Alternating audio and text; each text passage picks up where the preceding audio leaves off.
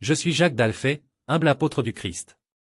On m'appelle aussi Jacques le mineur, un surnom qui me distingue de Jacques, fils de Zébédée, souvent surnommé Jacques le majeur.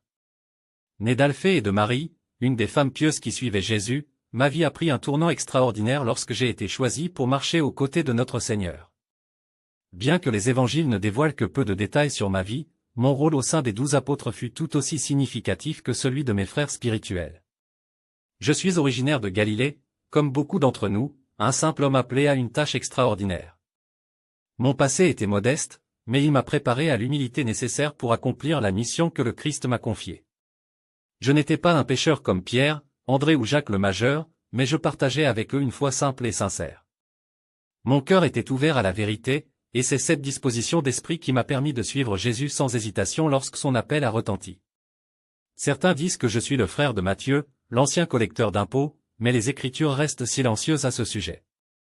Ce que je sais avec certitude, c'est que notre unité en Christ transcendait tout lien familial.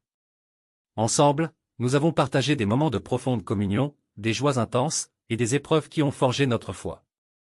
Mon rôle dans le groupe des apôtres était discret, mais cela ne diminue en rien mon engagement. Je n'ai pas cherché la gloire ni les honneurs, car je savais que notre mission était de glorifier Dieu et de faire connaître le royaume des cieux.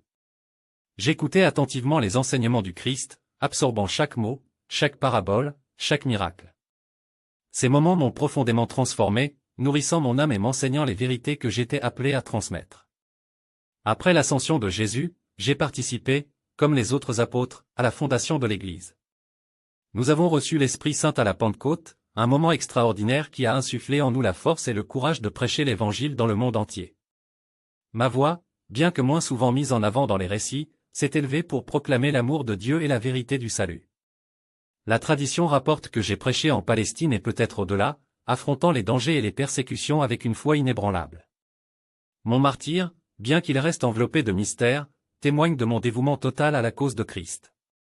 Je n'ai jamais cherché à préserver ma vie, sachant qu'en la donnant, je recevais la vie éternelle.